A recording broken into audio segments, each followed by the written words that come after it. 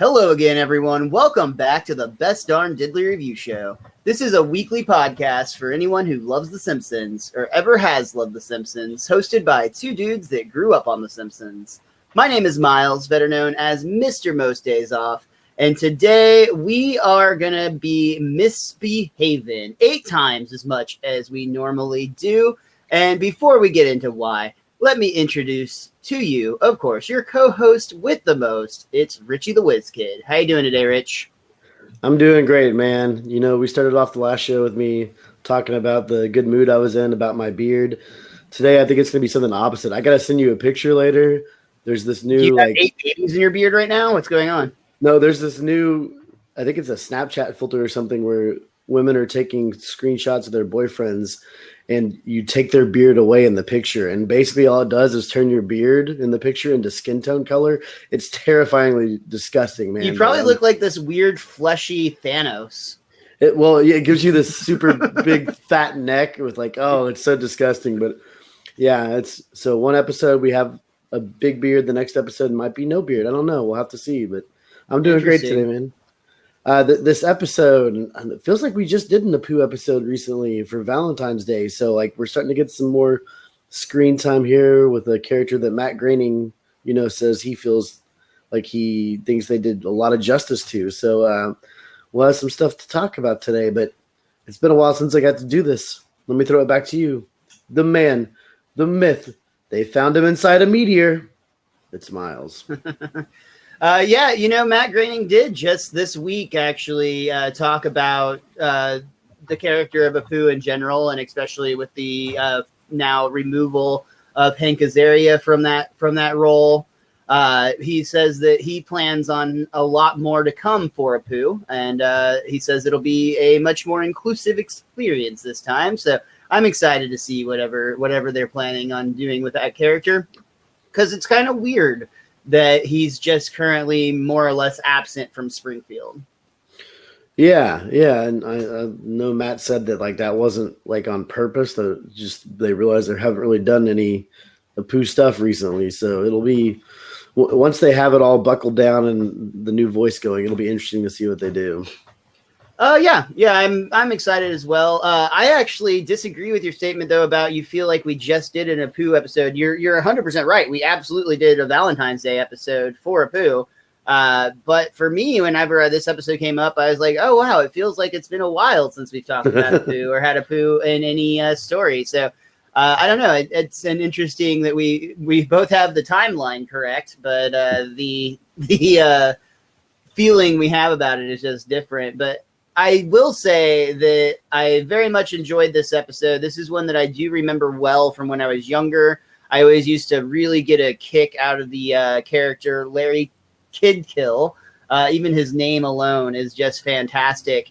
And I will also say this is one of those episodes that after watching the commentary, I like it even more than I did before. Oh, wow. I feel like I learned a lot about the making of this episode in a weird way we'll talk about. But you know what? We're getting a little ahead of ourselves. Let's go ahead and start by telling the title of the episode we're reviewing today, which is 8 Misbehavin', which originally aired on November 21st, 1999.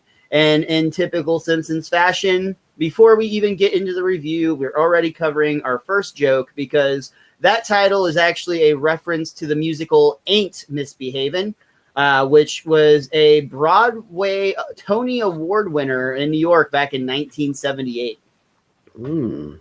Very nice. Have you ever seen that before? No, just this episode for reference. Like so much culture in life. Like I've never seen Les Mis. I only know of it from Simpsons references, but I feel like I could tell you the majority of the story and probably piece it together with Simpsons clips. You know that's based on a book and Les Mis, and we read that in 7th grade, I believe, in middle school. But we read the abridged version. It was 350 pages, and the regular edition is 1,400 pages or something like that. That's too many pages, man. Yeah. I was so happy our teacher gave us the 300-page version at that point. I would have been like, do you have the Cliff Notes version? Because that's more my speed.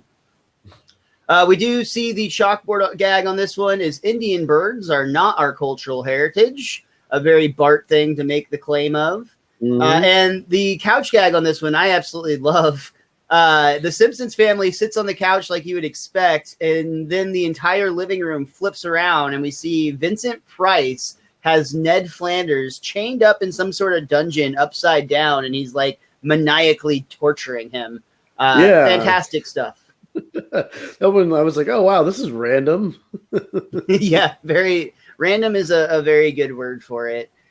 So right off the bat, I'm gonna go ahead and dive into the commentary for this one. Sorry. Yes. This commentary featured Matt Selman, Mike Scully, Steve Moore, Julia Thacker, and George Meyer. But really, this was a one-man show for the most part because they had special guest, legendary comedy writer, creator, director, just comedian in general, Gary Marshall, who, in addition to voicing Larry Kidkill in this episode, was the creator of shows, basically everything that happened in the Happy Days universe. So he created Happy Days. He created like Chachi, Joni Loves Chachi.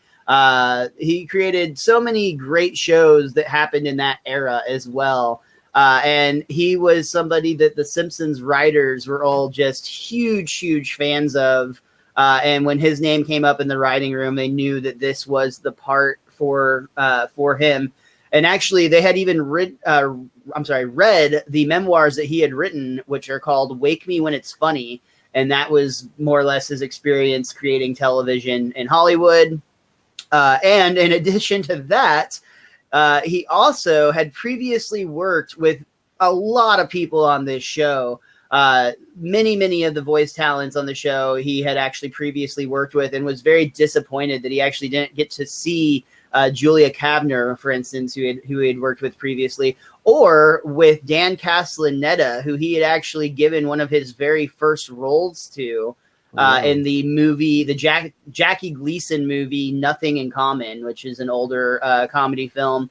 And probably most excited, the person that he got to work the closest with, and the person that he gave his very first job to. Gary Marshall was the first person to ever cast Hank Azaria in the movie Pretty Woman, where he had just a couple of lines. But it came full circle when he got to come back and work with Hank on a show that at this point in season 11, Hank has already made his impact on the Simpsons universe. I mean, just by how many voices that he carries on the show. I was going to ask, because I feel like I've seen Gary Marshall's name on a lot of movies, like directing-wise or something like that. Then I was going to ask you if they talk about that at all, or if I'm just making stuff up. A lot of stuff they talk about on this one. He even worked with Yardley Smith back in the theater days before she ever got on television at the Falcon Theater. Oh, wow. So this guy goes back a ways and clearly had a huge impact on the Simpsons staff. I'm gonna say I don't think I'm lying here, but I don't remember ever catching his character's name in this episode before this last view, and then I was just laughing because it caught me off guard. I was Larry like, I really don't remember ever noticing the name before, but I couldn't stop laughing at that. Well, as much fun and as much as I feel like I learned from listening to this commentary, I don't know that I'm going to actually have that much more to say from it. Just a few things here and there. But it was one of those that this guy is just so funny that he more or less did a one-man show for 23 minutes while this episode aired. And it was absolutely great. But I do feel like I learned a lot about the production, but it's one of those things that I feel like you just have to like experience listening to this for yourself if you're able to. This is a commentary I would highly recommend checking out if you're able to get your hands on the DVD. Ooh, I don't usually say that. I usually feel like I can convey the information they provide and it gets the gist across. I cannot compete with this guy. I mean, it's just he's entertainment in a package. You can't just across it, people. Yeah. So check it out for yourself for sure. But anyway, now that we've talked all about him and the exciting production of this episode that we haven't talked about at all, maybe we should do that. So we actually see this episode open with the Simpsons shopping at a place that is very clearly supposed to be making fun of IKEA. Very, very funny stuff here where the Simpsons are just kind of like, and it's just one of those like, you don't really expect to see the Simpsons in an IKEA. So Marge reacting to the wildness of a green table, for instance, really is actually kind of a fun fit for them. I love when Homer tests a beanbag chair and then he immediately just like disappears inside of it. But then I think it's Captain McAllister is already in the chair. Hey, there's somebody else in here. Oddly enough, I've still never been to an IKEA. I might actually be going this weekend for my first time ever. I want some meatballs, damn it. I was gonna say you should have already been there for the meatballs alone, frankly. But I've heard that the cafeteria actually has not reopened because of COVID yet. I will say though, if you go on the weekend, like just prepare. Don't think of it as a place that you can go to for like an hour or two. Like IKEA will swallow you up and spit you out when it's ready. Oh, it feels like you're there for days when you get done, and it's somewhat a maze. So like it like intentionally keeps you wandering around in its store because it's like, oh, you're gonna find some weird thing with a funny name for $7 that you realize you don't know how you've been living without this whole time. It's an amazing experience, but it is exhausting, and then like you'll feel like you need like an extra day off afterwards. But we actually see Homer makes it out of the beanbag chair to go meet the mascot of IKEA, which I have never seen before. I don't know if this is like based on something that they actually did back in the 90s, or if this is just made up gag for the Simpsons. But a person dressed like an Allen wrench with an IKEA shirt on comes up and introduces himself. He says that you put it together yourself. All you need is me, Allen Wrench. He's named after what he is. Which I love how much joy that brings Homer that he's just got this simple little name. He's like, tee. Bart's like knocking on it, being like, wow, cool costume. It's not a costume. They found me inside a meteor. Marge isn't fazed by that at all. She clearly hears it, but it's just like, excuse me, where are your hamper lids? Hamper lids, third floor. And I do like the like robot. It switches back and forth from like a very friendly customer service voice, and then immediately back to Bart again. He goes to like scared robot. Help! I need tungsten to live. Tungsten. Tungsten is fairly expensive, I'm told. So. Marge and Lisa are in the middle of debating what is the right pencil holder for Lisa. They are making fun of the funny IKEA names here because Lisa's like, ooh, I want to get the Crunk. You don't want something that overshadows the pencils. How about this Poopia? I think it's Popley. I don't remember how they said it, but it was weird. Mom, no. Everyone at school picks on the Popley kids. Even I do. I just hate them so much. Popley. I like the idea of Lisa being a bully for some reason. That to me is very funny. And she even acknowledges, it's like, even I do that.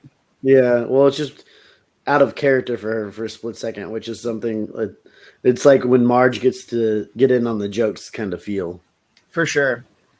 This is actually where we see the highlight of IKEA, at least what I expect Richie to come back with and tell us he will find if the cafeteria is open. Because IKEA really does, because it is such a ridiculous shopping experience that you get lost in, you will need sustenance as you go along. And they provide such in the form of a cafeteria.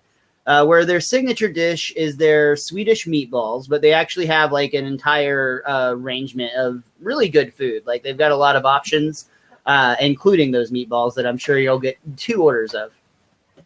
The Absolutely. Simpsons are at the food court there enjoying a meal. They're again making fun of the names because Homer has no idea what he is ordering. He just knows he wants extra of the sauce. And they're actually eating, and it's funny because they do a bit where the everything at IKEA, like their whole thing is about efficiency, basically, especially in smaller spaces. And they have their silverware made out of Legos. And Homer immediately sees an idea here. He makes like a super fork, and like I'm very impressed that he's able to eyeball the exact distance between all 4 plates. Like he just in a couple of seconds is able to build a fork that is perfectly distanced so that he can take a bite from each plate at the table. And then in addition to that, he doesn't even have to rotate it himself. He built it so it spins. Self-sustaining rotation. I mean, this is combining all his favorite things like food and the little teetering bird from the episode where he got fat.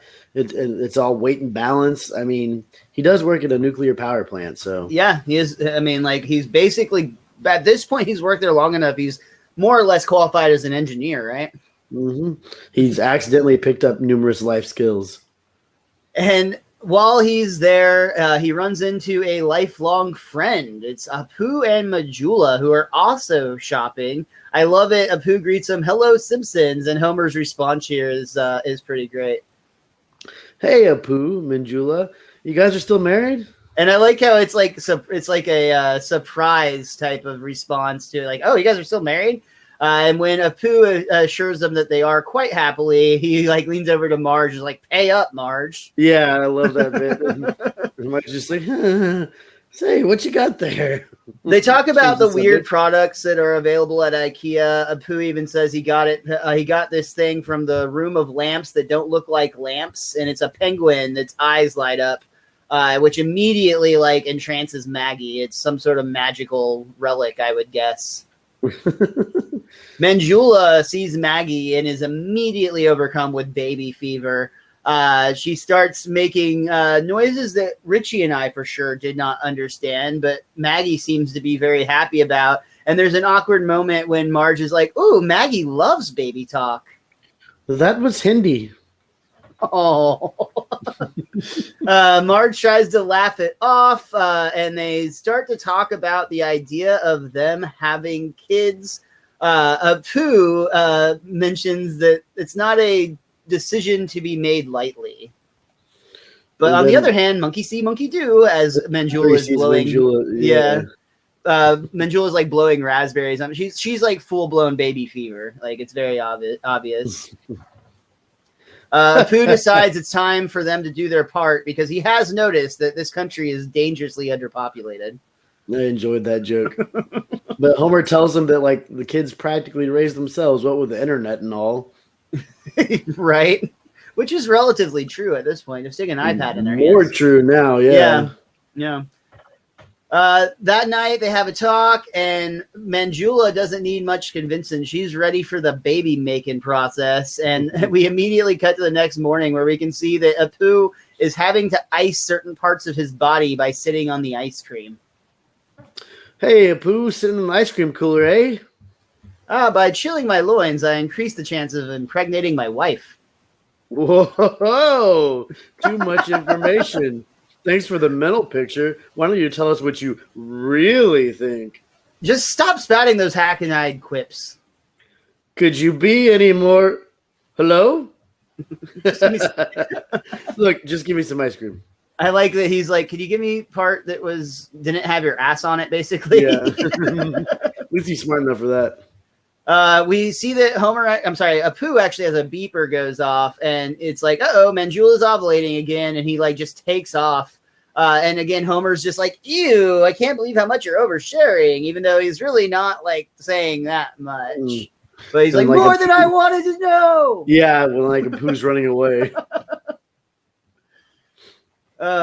We get the most ridiculous baby test ever, though frankly, this seems like it'd be easier to read than some of them are. It's called P&C. P&C, and how it works is if you get 3 of a kind, it means you've got a baby. And we see them slowly revealed as they sit there excited together, and it's baby. Oh, lemon. And then all Manjula that sex said, was for nothing. Well, that is a pretty grim assessment.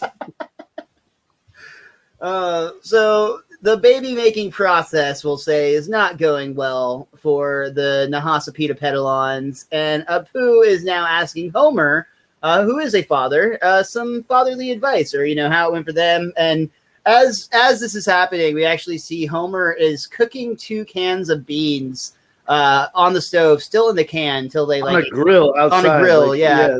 Which they talked about on the commentary. That actually came from a very dangerous but very funny old Boy Scout prank that they used to do when they were kids, where you'd throw a can of beans in the campfire and eventually it would explode on people.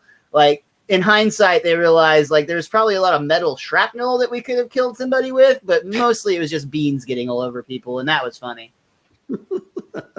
Well, but Miles, the can seals in the flavor. Apu, like as Homer's saying this, he like grabs the garbage can lid to use as a shield against these exploding beans. But he's not having any luck when it comes to the kids or the pregnancy or whatever you want to say. Apu explains to Homer that they're taking he asked Homer if they took any special steps when they decided to have children. Decided? Oh, that's classic. Decided. Babies just happen. Well, not to us, they don't. Oh, Homer, we've tried everything. Gravity boots, Sanjay's bed, every possible position. Really? On top and underneath? He's talking to the culture that invented the Kama Sutra, so that's an extra layer of fun to that joke. I just love the nonchalantness of him saying Sanjay's bed. Like, Homer's like top and bottom? Like, you can do both? Well, don't worry, Apu. If I can help you, I'm all about ideas. And literally as he says that, the cans of beans explode and like just cover them both with beans. Kids, come and get it. Homer does have some ideas, though. He thinks back to what worked for people getting pregnant in the past, and he set up a like high school makeout point scene for Apu and Manjula. He has them in Apu's car, which he insisted on cutting the top off of to make it look like a convertible. And he has Apu and Manjula sitting in the back seat wearing leather jackets. And Homer is like literally directing them from outside the car. He's like, now this situation is guaranteed to end in pregnancy. I'm willing to play the high school jock, but did you have to cut the roof off my car? But that's an Apu question. You're Greg. Gee, Betsy, it's such a nice night. Why don't we go all the way? But Greg, my dad will kill me, and you have that scholarship to Ivy League State. Loosen up, baby. Tomorrow I'm shipping off to Vietnam. He immediately recognizes the problem. State. Yeah. Homer's like, my mistake. Just stay in the moment. Just don't forget me or on your dinosaur bone digging up trip. Clearly, Homer was having a hard time sticking to a decision in his script writing. That's a lovely scene. But then they actually start kind of making out there. Yeah, they get going. Homer goes, and that's my cue to exit. And things start to heat up between Apu and Manjula, but then almost immediately we see Homer's head creep back over the side of the car. Homer! I just wanted to invite you to the rap party. And that's my cue to exit. We see it once again. I honestly, like, a part of me, I couldn't remember, but there was a part of me that I thought he was going to find another excuse to come back again. But they did not do that. And we cut back to another scene where we are checking another one of these crazy birth tests, pregnancy testers. And we see baby. Pirate. Oh. No, wait a minute. Pirates are wild. We are pregnant. And that's where we see Homer's head peer over the window to bring back that him creeping back. Oh, get lost. We cut to 9 months. I want to say, go ahead. Homer is the guy that saves the day in this episode multiple times. Apu needs to calm the F down because none of this would have happened without Homer. And just because you help somebody with their help somebody out doesn't mean you have the right to watch them make a baby. No. They're just celebrating in this scene. Yeah, all right. Oh yeah, we're pregnant, and then he's so upset that Homer was there being a peeping Tom, but he just wanted to see how it went. That's checking on his friends. I would say though, with the fact that he just came back and like peeked at him while they're like getting it on in the car, they're probably a little bit on edge. But It's nothing that a little bit of time won't do to mend their friendship. And we immediately cut to 9 months later for some reason. I like that we kind of do like a quick, like, just like Recap. Dismissing the last 9 months. Like, oh man, those last 9 months sure were crazy. I'll say I learned the true meaning of Columbus Day. I enjoyed a brief but memorable stint as Sideshow Marge. And she actually has the bone in her hair. I became the most popular girl in school, but blew it by being conceited. And then I learned the true meaning of winter. Bart's learned a lot. Yeah. That Columbus Day, like learning the meaning of Columbus Day, might be kind of messed up. I don't know. That's actually ahead of its time now. Yeah. Once again, Simpsons did it because we're talking about changing that in today's in current society. Meanwhile, we cut over to see Manjula, who is 9 months pregnant and not feeling her best. Apu is trying to make her feel better, but it's not going super well. In fact, you could say that I think he kind of puts his foot in his mouth, but he's saved by Manjula's water breaking. Well, I mean, I guess it's time to go then, Miles. I don't know. I haven't never done this part before. Well, actually, it's Gil's time to shine first, because apparently he picked up some work at the Quickie Mart, and he's like, oh, I finally get to do something. And then slips on his back. We cut to the hospital where we already see Manjula is holding her baby, and she's talking to Apu, introducing him to his very firstborn child. Oh, you shall be the jewel of our lives. And then Dr. Hibbert comes in wearing a coat and says, "Aw, now say hello to your other 7 children." And he does the old, like, almost like a flasher. He opens up the jacket coat sides, and there's 7 additional babies waiting for him. Apparently, they had quite the discussion about the funniest way to reveal them to Apu. You have octuplets. It rolls off your tongue and into your hearts. Octuplets. Oh, Apu, you should have seen your face when they showed you those babies. And it shows Apu's got like this frozen look of horror. It reminds me of the movie The Ring when they find the person that's been dead for 7 days. Exactly like that.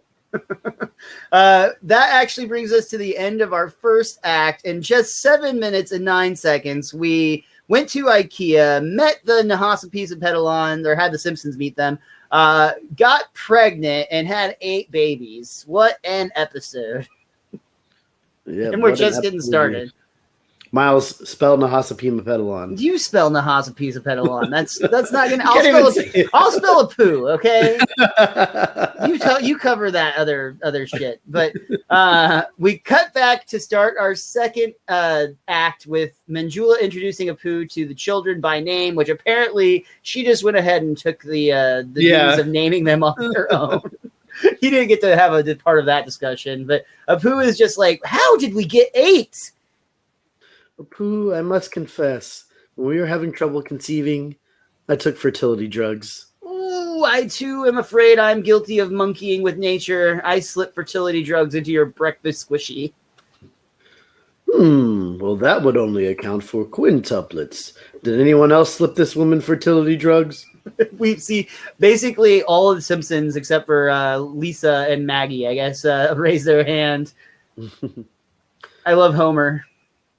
Mine tasted like strawberries. And he eats it. He eats another one. Ovulicious. Ovulicious is a great line. The media actually gets wind that there are now octuplets in Springfield, and they actually do a press conference where they ask if they could say, do you think you guys have a love-hate relationship? And when Apu is like, yeah, that's fine, they get actually mad at him. They're like, no, we need you to say it so we have a soundbite.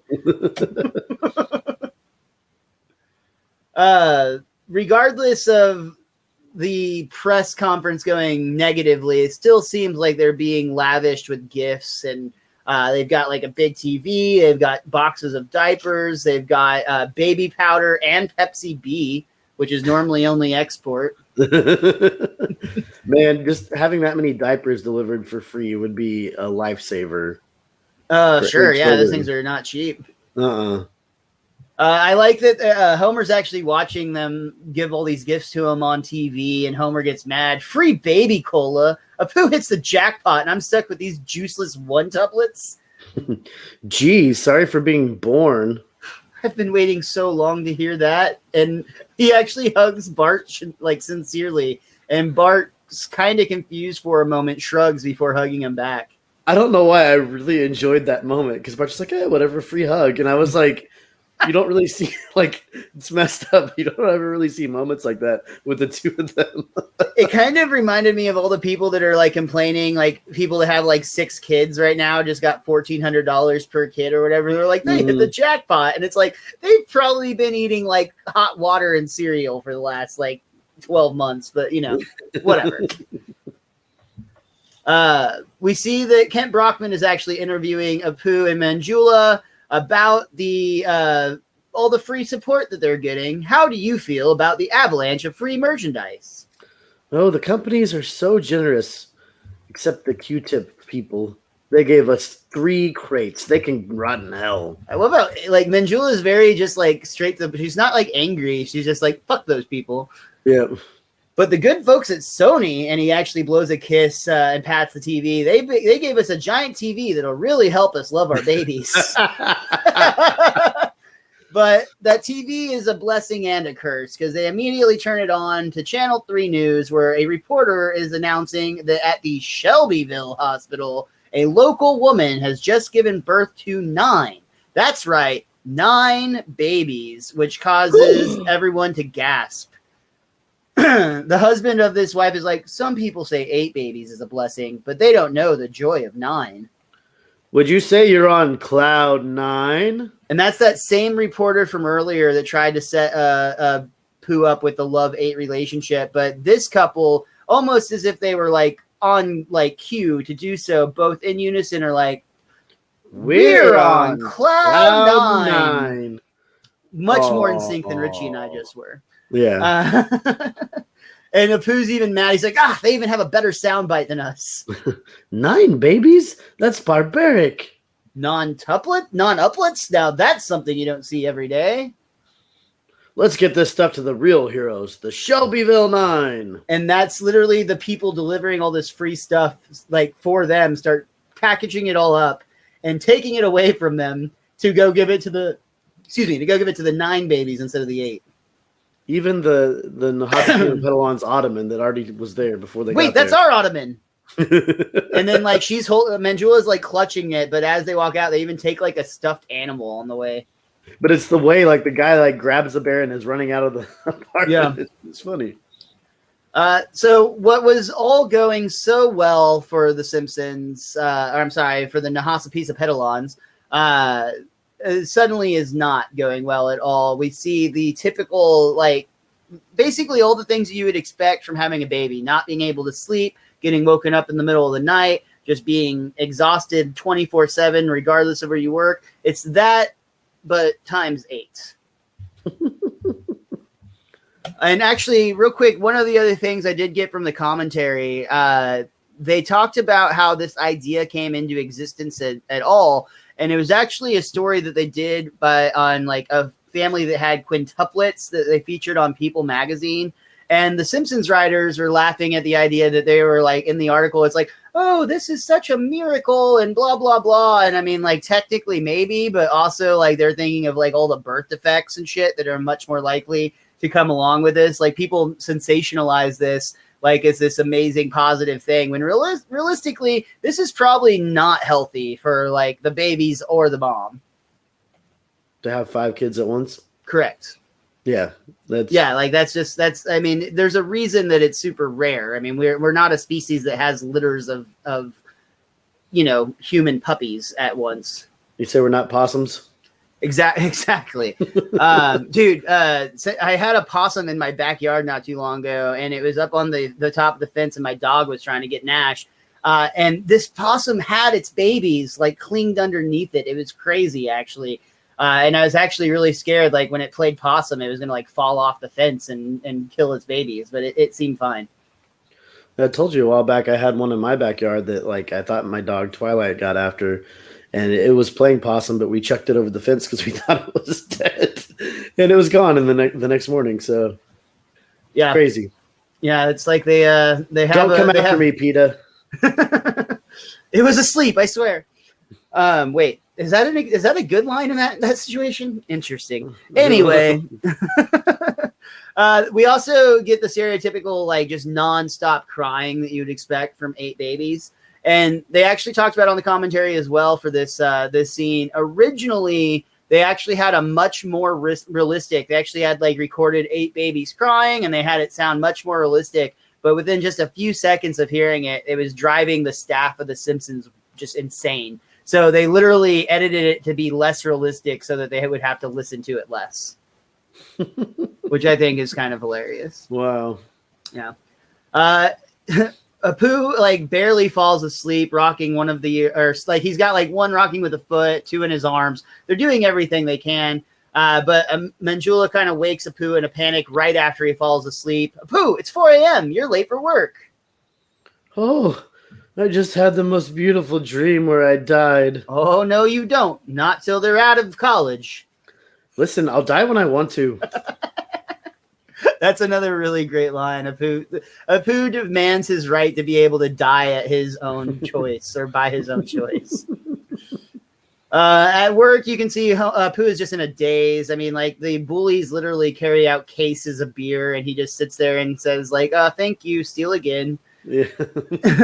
Ned Flanders actually comes in, and they have a little conversation where Ned is being typical Ned. He doesn't seem fazed by the fact that he's being tortured a few minutes ago at all. By the way, I think this is a prequel to the torture because of how he talks to Apu. Yeah, Apu calls in a favor to Vincent Price. Mm-hmm. Hey, I got this annoying guy. He's just really driving me crazy. Can you take care of it?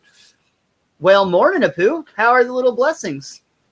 Oh, they're a ravenous swarm of locusts, just eating and screaming and grabbing and poking and pulling and drooling, and 2 have cradle rash. How do you get cradle rash when you sleep in a suitcase? And Apu, like, he starts where he's like almost like just barely talking because he's so tired. But then he gets more and more animated as he goes along. And we're actually getting up to what I'm going to call my favorite line in the episode. But Ned is like, yeah, they can be a handful of joy.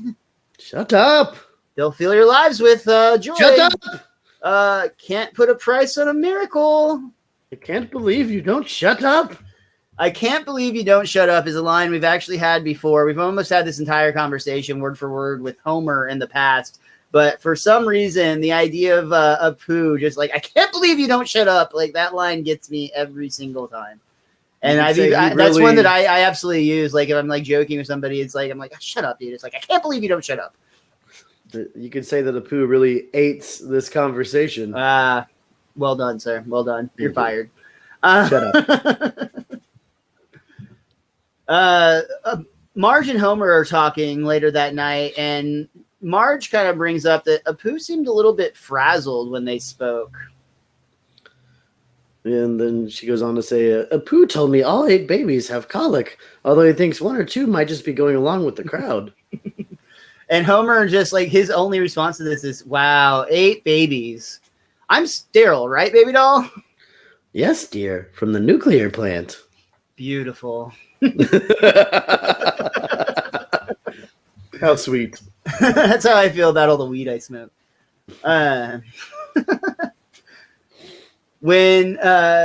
sorry, they actually go and decide to give Apu and Manjula a visit just to kind of, see how things are going with all of the kids and whatnot. And as soon as they open the door, Apu is like, welcome to my nightmare. And we see Apu is actually wearing an 8-bottle harness and like essentially nursing his babies on the floor. How do you survive in an apartment with 8 kids? Like, yeah. And also, did you notice the apartment number was 8? Yeah, absolutely. That's an extra little touch for this one. But yeah, I don't understand how you survive in an apartment with I assume 2 bedrooms max, or heck, they might all be sleeping in the room with Apu and Manjula. I think they're like in like the chest of drawers and whatnot. But it's okay, Richie, because Marge is here to save the day. She knew that they had their hands full with babies, so she baked some banana bread.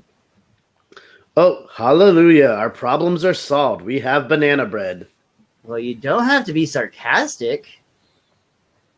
Oh, look who's here. The family with one baby. How do you manage? Homer whispers to Marge, they've turned into jerks. Apu actually stands up though here, and again he has like all 8 babies attached to bottles that he's wearing like to be able to nurse them, and it's funny because they all kind of like fall off and milk is just dripping everywhere. Excuse me, we've been rude. Can I offer you something to drink? And with that imagery, Homer and Marge are just like, oh no thanks. Apu, they're doing it again. Okay, break it up. The babies are all fighting on the floor, and he's separating. He's just like not stomping on them, but just like nudging them with his foot. Marge suggests that they should get a nanny, but Apu is borderline offended by this. Yes, and what would I pay her with? Banana bread? Sorry. It's just that we haven't slept in days, and we're running out of money. And banana bread? What the hell were you thinking?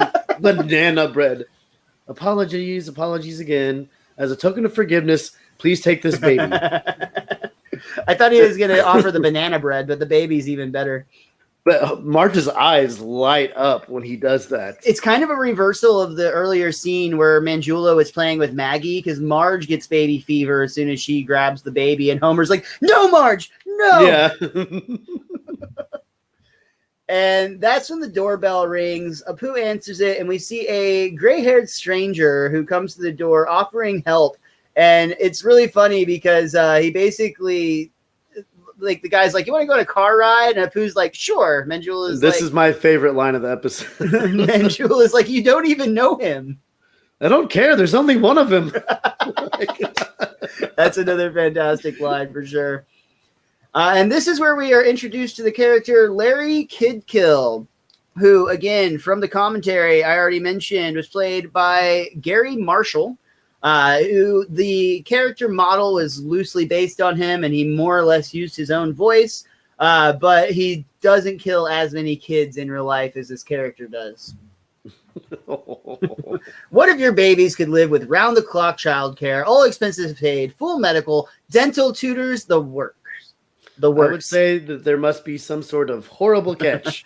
And right, smart. And right as they say that, we see that Kidkill is driving through the gates of the zoo, and immediately Apu is a little bit hesitant about what's going on here. Though he is dared to take a look at a kangaroo and not laugh. How can you look at a kangaroo and not laugh? And then you see the saddest looking kangaroos on the face of the earth. I just noticed here in the script, it says that as Kidkill's Canyonero drives past. I didn't catch it, but was he driving a Canyonero? I did not catch that either. Oh, man.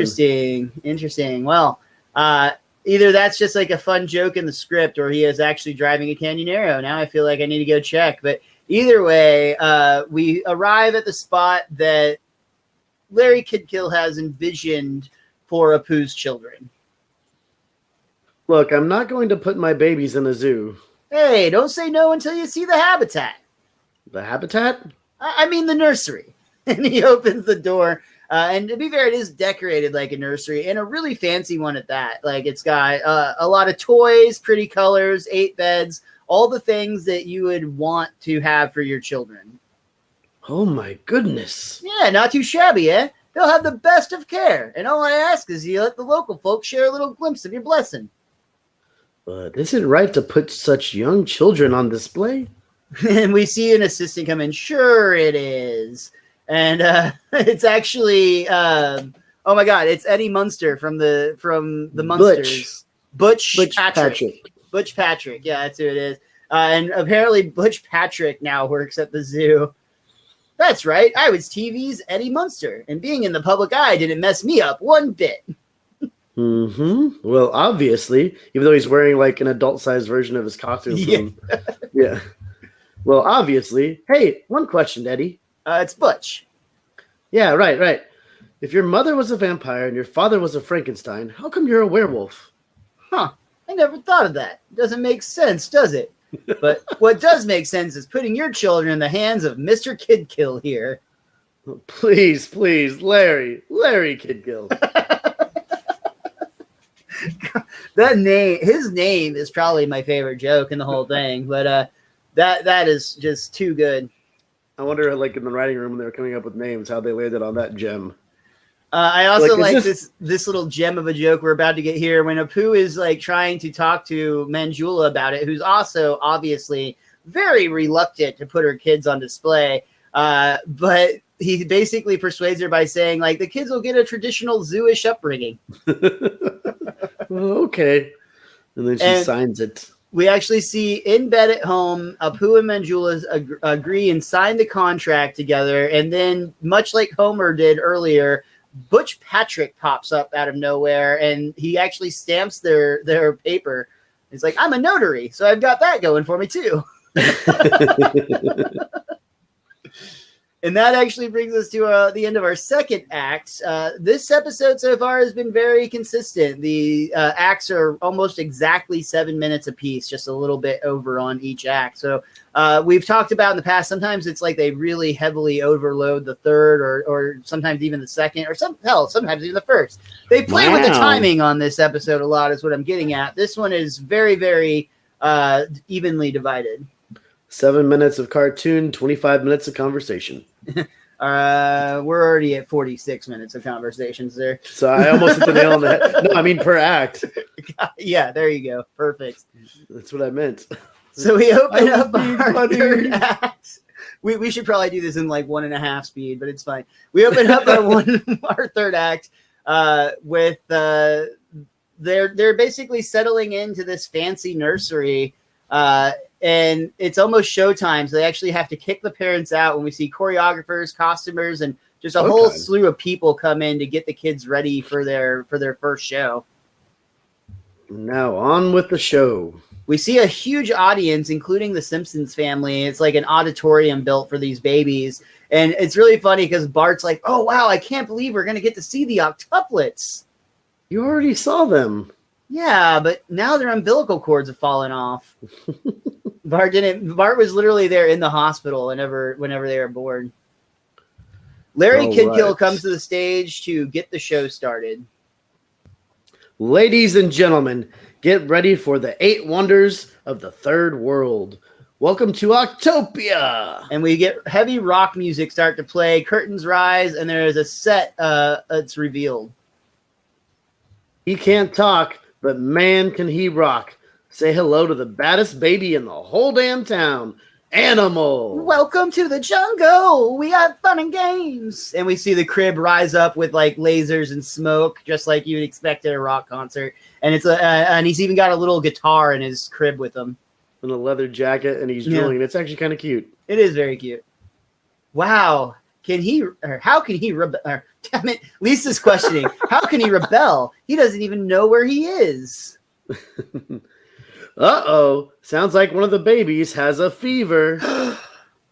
And that's Marge gasping. Dance fever, that is. And Marge is instantly relieved. Oh. Let's hear it for Dazzle. And this time we see a baby pop up from the stage. She's dressed like a cabaret girl. She's got like glitter and armbands and hair stuff. She's like a dancing girl from the 80s. And her crib's rocking so that it looks like she's dancing a little bit. Yep. Homer's like, she's no Liza, but it works. And now the stand-up who can't even sit up, give it up for Punchline. And we get a baby with a brick wall backdrop and a little microphone prop, and he's sucking on his knuckles as the audience just is eating it up. It's really true. Once you have the audience on your side, you can say anything and they'll laugh. Point. Lenny's like, he's thinking what we're all saying. But all the laughs in the world won't protect you from the stern discipline of the Baron. And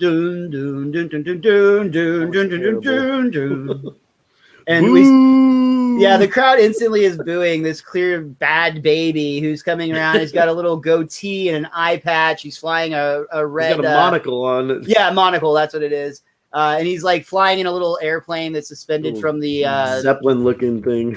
And apparently there is actually a line cut here that was originally going to be shouted out by Bart, who is going to say, "Go back to Germanistan." Oh, I guess people got offended by that one. So the best And the rest.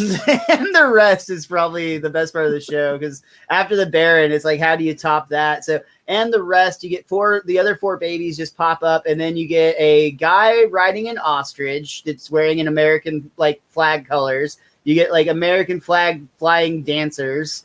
Rock in the USA is playing, and they've got lasers and smoke shooting out of all the babies like rockers and whatnot.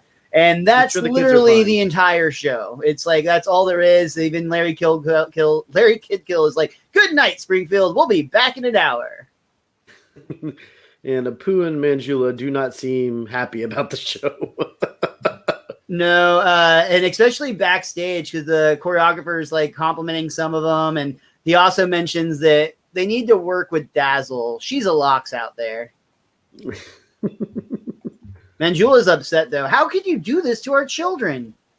I know. The lighting cues were a mess. Don't worry. The guy's been fired. Our babies are not circus freaks. We're taking them home now. Hold on, Alpo. Oh. We have a contract. But Apu snatches the contract and defiantly says, "Not anymore." And he starts to tear it with all of his strength, but then realizes, "It's laminated, you monster." It's very smart when you think about it. And then Kid Kill he has goons, man. He has goons, yeah. I think it's like the hair and makeup people too. Yeah.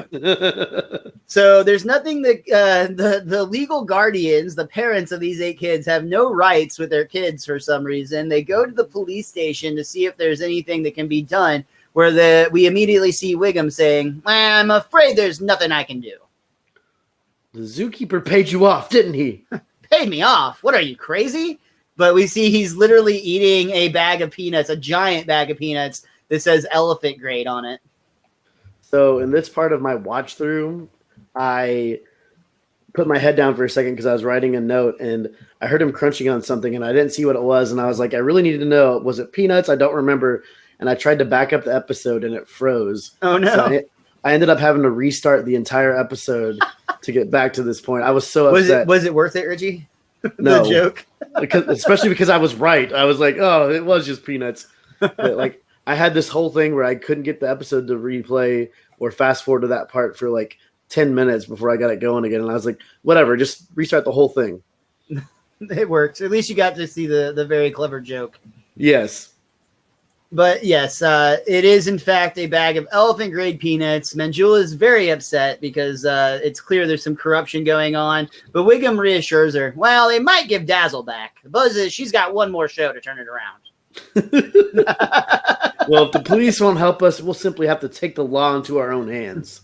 Yeah. A lot of people are doing that these days.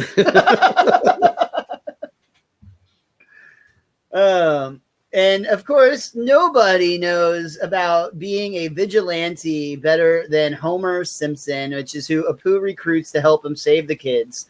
Hashtag save the children. The two sneak into Kid Kill Zoo. They actually sneak into the zoo after hours, and there's a really funny bit here too, where we get to see that the animals behave differently after dark. We actually see a ninja turtle in training. It's like a turtle like swinging from tree to tree.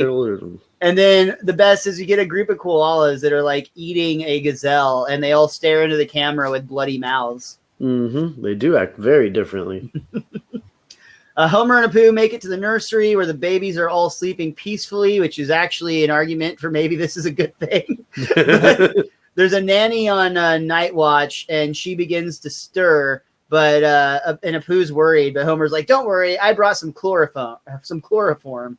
And we see him start applying, like holding something over the face of this nanny. But Apu notices that wasn't quite right. You idiots! Those are color forms. And color forms are those like magnetic like letters and numbers that you would see. Like almost everybody had them on their fridge in like the 90s. A lot of people spelled out dirty words with them if you went to visit a friend. Well, it's also kind of a kid baby thing too to teach spelling, so it's convenient for this episode. Boom. It does, in fact, apparently having color forms applied to her face wakes the nanny. But Apu and Homer are already part of are making their break, getting their getaway. Homer's on the outside, and Apu is actually handing his babies through the fence to Homer, where they have 4 double wide car seats in the back of Homer's car ready to go. Somehow. It's kind of sad, but also hilarious. The last shot as they're driving away from the zoo is you see a gorilla holding her baby out over the gate, like basically like, take my baby, it'll have a better life without me. Homer's like, okay, this is getting weird. Yeah. We see that the babies have made it back home safe. Manjula couldn't be happier. Oh, my precious babies, we'll never let you go. Pooh's holding Baron. The Baron, and he still has the monocle and goatee on. And he takes off the goatee, but the baby grabs it and is upset and puts it back on. Okay, fine, whatever.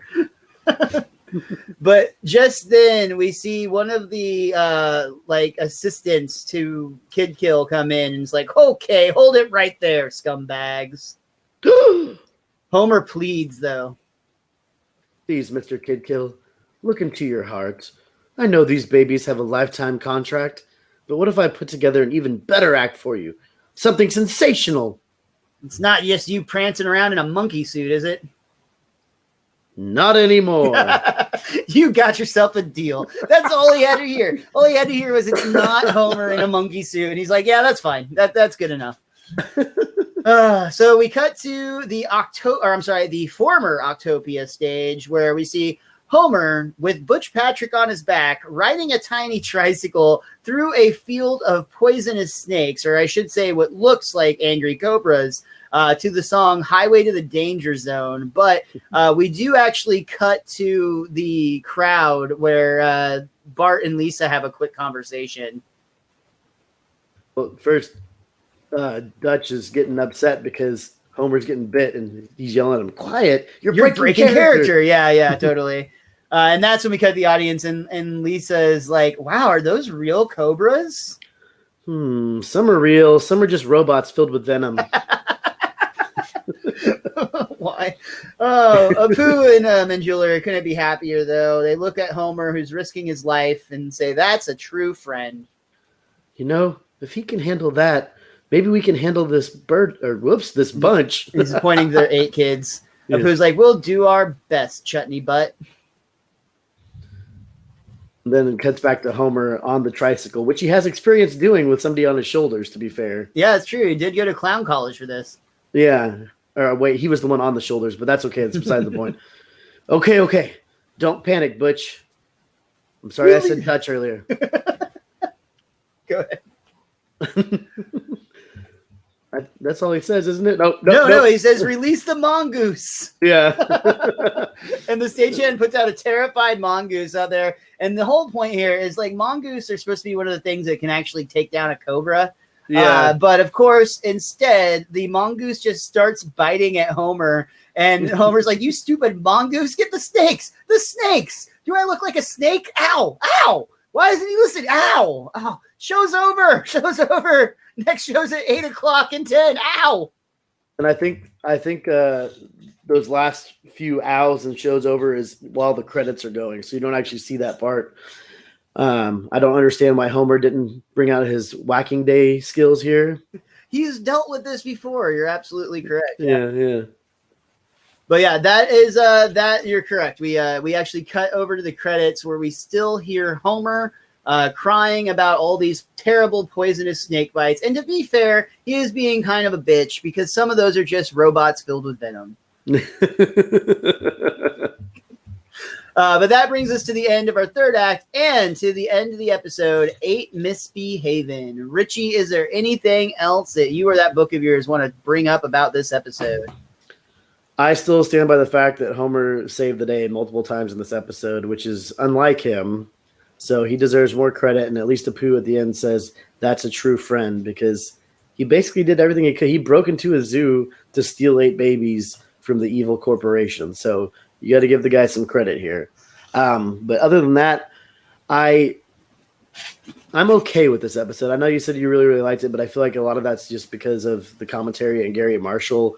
I wasn't necessarily a huge fan of this episode. I don't know what it is about it. I think maybe just because it was about 8 babies, and I guess it's just kind of a absurdist and boring line. I mean, you went and moved them into a zoo, which is pretty You absurd. can't say it without laughing, to be fair.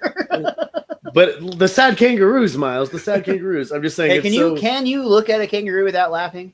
Yes, apparently every single time we watch this episode. But yeah, I just it won't be on any top 5 or 10 list for me for the season.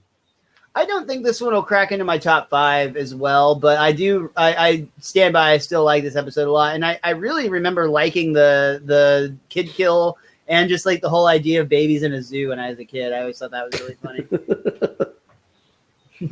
It actually convinced me, it changed or it formed a lot of my political opinions. That makes sense. That's a terrible joke. I shouldn't have made it. It's fine. Yeah. It is what it is, guys. We're going to be doing more of this. We plan to come back again and talk about some best darn everything next time. That'll be I think we're gonna be talking about Blockbuster on Sunday. But before we get to that, Richie, where can everybody follow us online? You can follow Miles at Mr. Most Days Off all over social media. You can also check out some of his stand-up too when he posts it online. So check him out. You can follow me at thewiz_kid23. But most importantly, please follow our show. That's at Best Darn Diddly. That's DIDDLY. And again, thank you guys so much for taking the time to listen, download, tell a friend, share all of the cool podcast stuff that we appreciate you doing so much. Again, Richie and I will be back again with some special guests this Sunday night to talk about our experiences with Blockbuster, both as are from the customer and the employee perspective. We'll also be discussing that new Netflix documentary that just came out about the last Blockbuster. And right after that, we will be back again with another Simpsons review. The next episode we'll be reviewing is Take My Wife Sleaze. Look, I know our lighting cues were a mess in this episode. Don't worry, Miles has been fired. Oh, thank God. Whew. And until next time, be cromulent to each other.